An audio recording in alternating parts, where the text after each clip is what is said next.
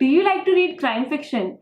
I bet even if you are a huge crime fiction fan, you have not read all these types of crime fiction novels. In today's video, I'm just discussing different types of crime fiction in an attempt to just inform you about various types of crime fiction and various genres you have within crime fiction. So welcome to today's video. If you're new here, hi, I am Manpreet. I am India's leading books YouTuber who helps people discover new books and develop the habit of reading. I make a lot of book reviews and recommendations on this channel, so if you're new here, just subscribe, follow me on my social media, turn your notifications on, and now let's discuss about the types of crime fiction.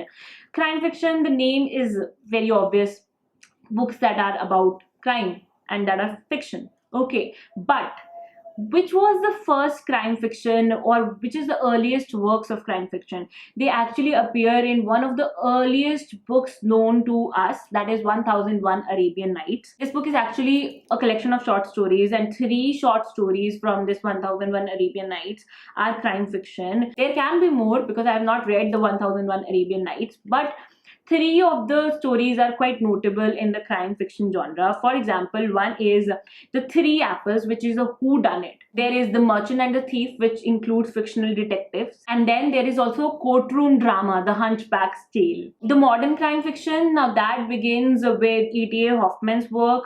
As for English writing, Edgar Allan Poe's works have been very popular as the very beginning of the crime fiction, modern crime fiction genre. In fact, he wrote 3 works in 1840 that feature one of the most popular detectives of literature, of English literature, that is C. Augustine Dupin. After Edgar Allan Poe, Wilkie Collins became very popular. Her book, The Woman in the White, became super popular. It's a crime fiction, and it also includes elements of detective fiction, multiple narration, suspense, etc. After their time, locked room mysteries became very popular. These are also called impossible mysteries because, we'll talk more about it in the types, but just wanted to introduce this to you. Sherlock Holmes stories are quite often associated with the locked room mysteries. But do you know who is considered the master of locked room mysteries? John Dickson Carr. And do not just quote me on the pronunciation or don't get mad at it, okay? I'm just trying my best to give you an interesting piece of content. Anyway, now quickly, let's give you the categories or the subgenres of crime fiction. Number 1 is the most obvious one, that is detective fiction. This subgenre can feature professional or retired or amateur detectives, and the work is basically revolving around the detective's work. Now, who are the most famous detectives that are there in the crime fiction genre in English literature? I'm sure you can guess a few, but it is C. Augustine Dupin by Edgar Allan Poe. Agatha Christie's Poirot is very popular as well, and Arthur Conan Doyle's Sherlock Holmes. In fact, many juvenile stories, many books written for kids also have detectives. For example, Nancy Drew, Hardy Boys, the famous 5 also involve themselves in a lot of detective work. So yes. Now, the detective fiction itself has many subgenres, and these subgenres can also be subgenres of crime fiction. So this world of genres and subgenres is very overlapping and intertwined, but it can be a police procedural, it can be a cozy mystery, it can be hard-boiled, occult, legal thrillers. All of these are also subgenres of detective fiction. Anyway, the second most popular genre in crime fiction happens to be the cozy mysteries. Now, these often feature an amateur detective, and that is often a woman. For example, Agatha Christie's Marple mysteries are cozy mysteries. Miss Marple features in about 12 of her novels and one of the most famous cozy mysteries out there. Number 3 we have is whodunits. These are actually complex plot-driven stories in which you are given a lot of clues as a reader, and you can often guess who the culprit is before the final revelation that happens mostly in the climax. For example, Agatha Christie's The Mysterious Affair at Childs, The Murder on the Orient Express, and Wilkie Collins' The Moonstone are very popular as the first few whodunits. Then you have historical whodunits. Now, these are actually based or feature a time that is historical in nature according to the author's perspective. So historical fiction actually belongs to 2 genres, basically crime fiction and historical fiction. And what is a work that is very popular as a first piece of historical fiction crime mystery? That would be Agatha Christie's book Death Comes at the End, that is set in ancient Egypt, and that was the first historical crime fiction written. Number 4, you have locked room mysteries. These are often called impossible crime. Why? Because there is no way the culprit, or let's just say this is often a murder, so the murderer could have done this job and just gone out or away undetected. And these are those types of crimes, and Sherlock Holmes is obviously very popular as a detective who has solved several locked room mysteries. But The Murder in the Rue Morgue by Edgar Allan Poe happens to be one of the first works of locked room mysteries. Some Enid Blyton works are also locked room mysteries, and one of the Hardy Boys novel, While the Clock Ticked, is also a locked room mystery. In fact, one of my favorite thrillers, The Girl with the Dragon Tattoo by Stieg Larsson, also features this plot, a locked room mystery. Then you have hard-boiled crime fiction, or these are also called pulp fiction. Why are they called pulp fiction? Because these kind of stories that often have violence and adult content in them started appearing first in pulp magazines, and from there they got their name, pulp fiction. For example, the Perry Mason mysteries by Earl Stanley Gardner are hard-boiled. And to think of it, I actually tried reading a Perry Mason book when I was not even a proper teenager at that time. So we should be very careful about the books that we pick. But I did not end up reading it, so I did not get exposed to that kind of language very early on.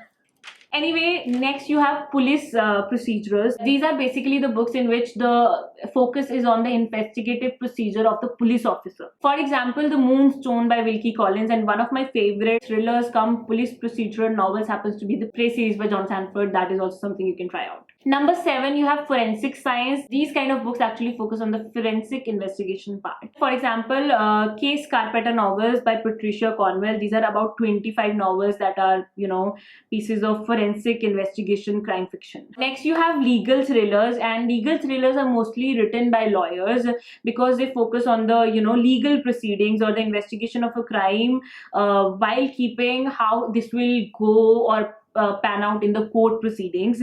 That is what legal thrillers are. John Grisham happens to be one of the pioneers of legal thriller crime fictions, and we also have a very famous Indian legal thriller author, Vish Tamija, who's The Mogul, and Unlawful Justice are the books that I have enjoyed so far. Number 9, you have spy novels. These involve espionage as an important part of their plot and the story. For example, The Bourne Identity by Robert Ludlum, the Tom Clancy books featuring Jack Ryan, and Ken Follett's book, The Eye of the Needle. Another subgenre of crime fiction happens to be the caper stories. Now, these are the stories that have the murderer or the criminal in the focus. These are about the criminals, okay? They are often told from the point of view of the criminal, and heist stories and stuff like that are part of caper stories. For example, Parker's series by Richard Stark and The Lies of Locke Lamora actually combines fantasy and caper crime fiction.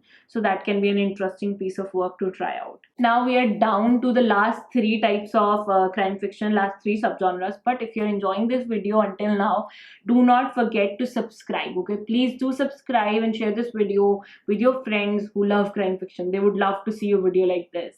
So do subscribe and share this video. Anyhow, let's talk about the next subgenre, which are psychological thrillers. So now these are also something that belong to 2 genres, thrillers and crime fiction. These often have strong elements of detective fiction as well. For example, Gillian Flynn books and a lot of Stephen King books are also psychological thrillers. Then you have parodies. These imitate the style of an author or a story, or just sort of make fun of it. They add in a touch of humor and imitation to any story, to any author's work and stuff like that. For example, The Name of the Rose by Umberto Eco, The Garden of Forking Paths by Jorge Luis Borges.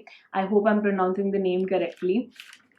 And now let's talk about the last but one of the most interesting and popular subgenres of crime fiction, that is noir fiction. Now, noir fictions are quite like hard-boiled because they have a lot of violence, hard-boiled content, but what makes them different is that there is not a clear indication or separation of right and wrong in noir fictions. The characters are often flawed and they are often dark books with violence and adult content. For example, Stieg Larsson's The Girl with the Dragon Tattoo, and these books are all noir fiction. Midnight Sun by Joe Nesbo and Killing Floor by Lee Child, which is a Jack Reacher novel. These are all noir fictions. And with this ends my monologue of talking about subgenres of crime fiction. The purpose of this video was to introduce you to the wide variety of crime fiction books. There are a lot of crime fiction books out there, but many times, even when we are great fans of crime fiction, we may confine ourselves to one particular type of crime fiction, but I feel like it's really important to try out at least once all these genres, and that is why I have given so many examples to you, and just try at least one book in each genre to just get all the flavors of the crime fiction. I hope this video helps you out. If you want me to make more videos like these, just let me know in the comments below which are the other genres you want me to cover.